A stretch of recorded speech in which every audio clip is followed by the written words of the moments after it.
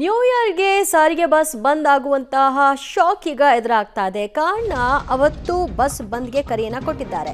December 31ನೇ ತಾರೀಕಿಂದ BMTC KSRTC ಮುಷ್ಕರ ನಡೆಯುತ್ತಾ ಅಥವಾ 27ನೇ ತಾರೀಕು ನಡೆಯುವಂತಹ ಸಭೆಯಲ್ಲಿ ಸಂಧಾನ ಯಶಸ್ವಿ ಆಗುತ್ತಾ ಅನ್ನುವಂತಹ ಪ್ರಶ್ನೆ.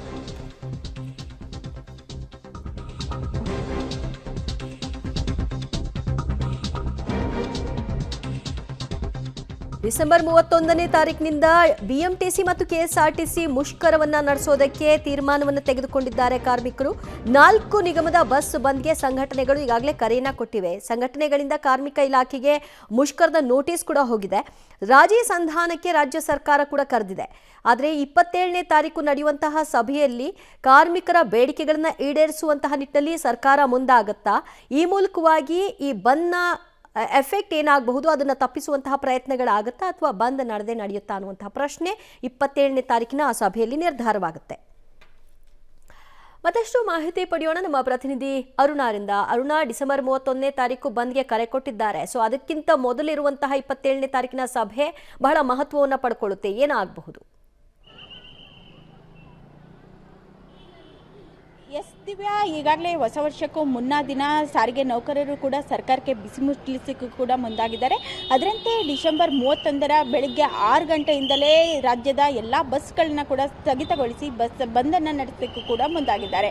ಪ್ರಮುಖವಾಗಿ 1 ಲಕ್ಷಕ್ಕೂ ಹೆಚ್ಚು ಒಂದು ನೌಕರರಿದ್ದಾರೆ. ಜೊತೆಗೆ 8,000ಕ್ಕೂ ಹೆಚ್ಚು ಒಂದು ಬಸ್ಸಸ್ಗಳು ಕೂಡ ಇದ್ದಾವೆ.